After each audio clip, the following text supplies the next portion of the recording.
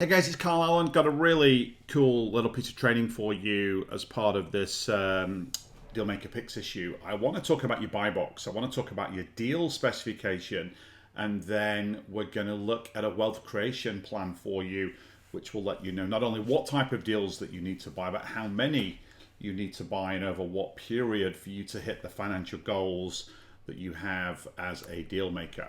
So there's really three elements to your buy box in terms of deals. The first one is you want to look at deals that are really kind of in your lane.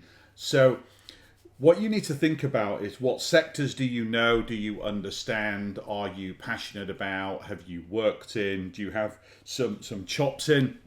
Because it's all about value add, right? So you buy a business, which is one thing, but then when you own that business, and you'll see from the wealth creation plan in a minute, as you scale that business and then sell it, that's where you make the majority of your money. There's three ways to make money doing deals. One is sometimes there's cash left on the closing table. You can take that if you want. Secondly, as the owner of the business, the net free cash flow that the business throws out every month after the debt service that you're using to buy the business, whether it's seller financing or whether it's bank financing like SBA, etc. All that cash flow is yours as the owner. But the real money comes when you scale the business, then you sell it. You sell it debt free, and that can be seven figures and more with the right deals.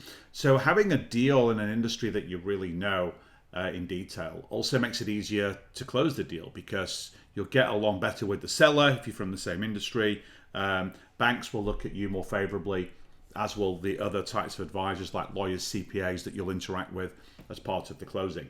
Now, I know I can hear you all shouting into the computer here, "Hey Carl, but what if I'm an IT guy? What if I want to get out of IT, and what if I want to pursue something that I'm more passionate about? Let's say you're really into wine and you want to buy a vineyard, but you know nothing about the wine industry. You like drinking it, but you don't know how to grow it, harvest it, bottle it, ferment it, sell it. You don't know about systems and processes and all that stuff. Then you're going to need to partner with somebody. So partner with an operator that can be inside of the Dealmaker Protege community, or somebody that you might know already, or you can find them on LinkedIn. Go partner with somebody that can do that piece of it for you. And not only will they help you close the deal, they can be in the conversations that you have with sellers, brokers, financiers, lawyers, CPAs, etc.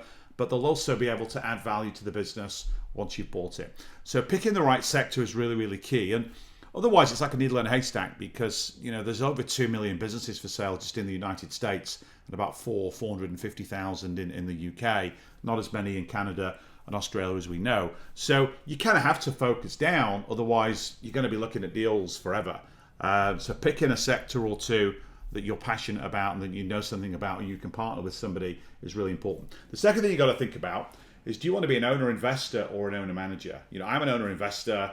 I'm involved in 17 different companies all over the world. I don't really work in any of them. I spend an hour a week, if that, on most of those businesses. Some of them I've never even visited, which is cool. But that might not be you. You might not want to have a portfolio of lots of different deals. You might not want to buy businesses in foreign countries or different areas of the country where you live. You might want to buy a business, go in there and operate it. There's nothing wrong with that. And I would say, if I look at the Dealmaker family, the 11,000 students or so that we have all over the world, they probably fall into three buckets. You've got owner investors like me, you've got owner managers, going in, buy a business, run it day to day, and then you've got people that do like consulting for equity type projects, where they're adding value to multiple businesses without buying them and getting pieces of equity in those businesses. So you got to kind of figure all this out. What's your path? Do you want to be an owner investor, owner manager? Do you want to do consulting for equity? Kind of got to figure that out. And then you also want to think about, once you get into a deal, however you get into it, from one of those three methods, do you have a network to add value? It's all about the value add, because that's really where the cash and the wealth comes from as you grow the business post acquisition. And then size is really important. 500k to 10 million are the extremes. Really, 1 to 5 million is the sweet spot in terms of revenues. If you kind of go below a million or half a million, you're really buying a job. You're buying somebody else's kind of one-man operation. You don't want to do that. And when you go above 5 or 10 million, there's a lot more competition up at those levels from private equity, trade buyers. Not many people from the trade side are kind of sniffing around the 1 to 5 million mark. So that's kind of really the sweet spot. And obviously that's where all the deals are as well. 99% of all the deals in the market are kind of sub $5 million in revenue. So 1 to 5 million is where you should target. So that's the sector. So think about that. Secondly, you've got to think about the seller. So what you want is a distressed seller of a good business, not the other way around. You don't want a good seller of a distressed business. Never buy a business that's not generating cash flow. We'll talk about that in a minute. You need cash flow in every deal you look at because cash flow helps you finance the deal, and B, cash flow means you don't have to worry about rescuing the business and turning it around. If you own an existing business already that can absorb a loss-making business and you can buy it for $1, then go ahead.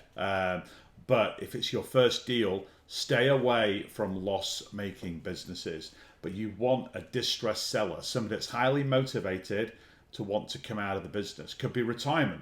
There's 10,000 baby boomers retiring every single day in the United States. There's going to be 12 million baby boomer owned businesses come to market over the next 20 years across all sectors. So we talked to you deal origination in some of the other episodes, brokers, direct approaches, LinkedIn, all those different things. You can find these deals. It's really easy to find lots and lots of deals. What you've got to figure out is, what's the seller motivation to sell? Is it retirement? Is it sickness? Is it boredom?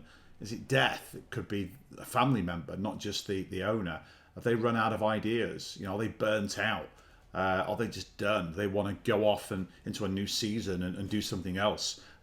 You kind of got to figure that out, and that's one of the major questions you need to ask a seller in a meeting. Why are you selling? Because you want to take the temperature. You want to take the pulse of the seller psychology. So having a distressed seller who's done with the business and is highly motivated to come out is really, really important. And then number 3 is you need a business that's got cash flow. If it's got assets as well, even better, but cash flow is king. If you don't have cash flow in a deal, drop it like third period French. Move on to another business, because a cash flow means that you're going to make some money out of it. It means you can raise money to make a closing payment, or if you're doing an annuity deal, which is you're buying the business like you would lease a car and just paying for the business over time using a portion of the cash flow, you obviously need the cash flow to pay the seller on the terms of the deal. So those are the 3 elements. Stay in your lane, figure out what type of deal you want to do. Owner, investor, owner, manager, consulting for equity. Make sure you can add value to the business once you bought it, and stick to that 1 to 5 million sweet spot. You can go as low as $500,000, maybe up as high as 10 mil in some industries, but that's where you got to focus. Find distressed sellers of good businesses with high motivation to exit, and then the business has to have cash flow. If it's got assets as well, even better, but cash flow is king. If it doesn't have it, move on to another deal. Right, now we're going to go through the wealth creation plan, and we'll determine how many deals you need to do to hit your financial goals. So here's the wealth creation plan. Let me just get rid of that. And what we're going to do here is, this is a really cool tool which can tell you how many deals that you need to do depending on A, your financial goal in terms of total wealth created, and B, the amount of time. So let's say you wanted to make $2 million over the next 5 years, and you were looking to buy businesses. Let's use the $500,000 minimum average revenue. We'll play with this model in a minute. And let's say you're buying businesses at a 10% margin. So these are really small businesses, might be a coffee shop, gas station, laundromat, something pretty small. So this is a business that's going to be generating $50,000 a year in EBITDA. We're going to assume we're using half of the profit for debt service, and that we're going to be taking 10% of the revenue out as salary. So you're going to be taking $50,000 a year out of this business for salary, and we're assuming the owner's already doing that. We're also going to assume over those 5 years that you're going to grow your businesses by 50% in revenue total, not per year. So if it's doing 2, it'll be doing 3 million in 5 years. 5 times selling multiple, so $500,000 going up to $750,000 in revenues.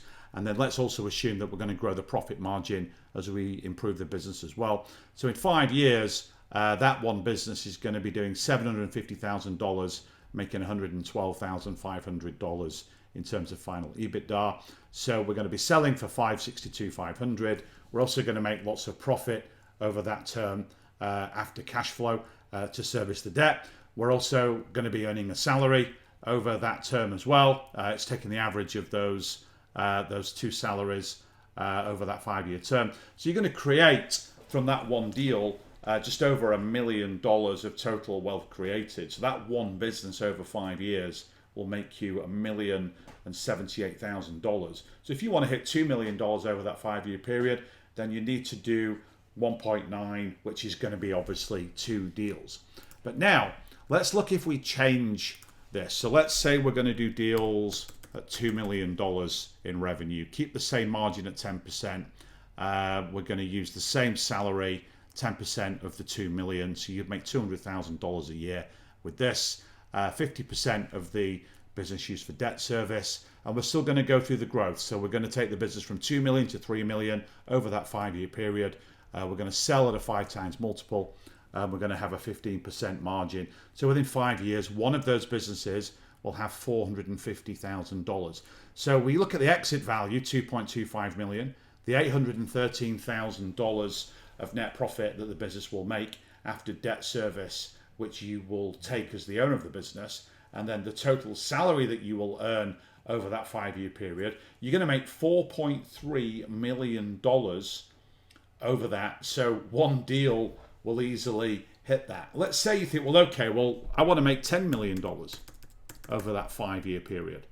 So $10 million, you only need to do 2.3 deals, so 3 deals. So if you did 3 deals in 5 years, they were all doing $2 million in revenue, 10% margin, and you grew each of those businesses by 50% over the period of time, you're going to be creating, you need to do 2.3 deals. So 3 deals at that stage, you'll be at 12, nearly $13 million of wealth created over that 5-year period. So if you wanted some incentive to do deals, you know, this is it. This is a tool that's available in the Dealmaker 10-day challenge. It's also in Dealmaker CEO and Protege, obviously different versions.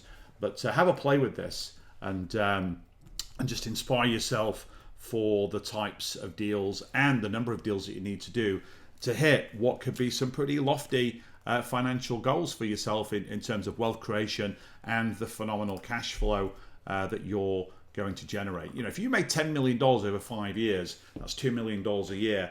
You're in the top 0.3% of people that make money. That is just completely nuts. And it's all from doing deals using other people's money. This is definitely possible, guys. Just needs time, effort, work, and discipline. Come into Protege and I will push you over the line to get those deals done. All right, guys, hope you enjoyed that, and I will see you soon. Until then, bye for now.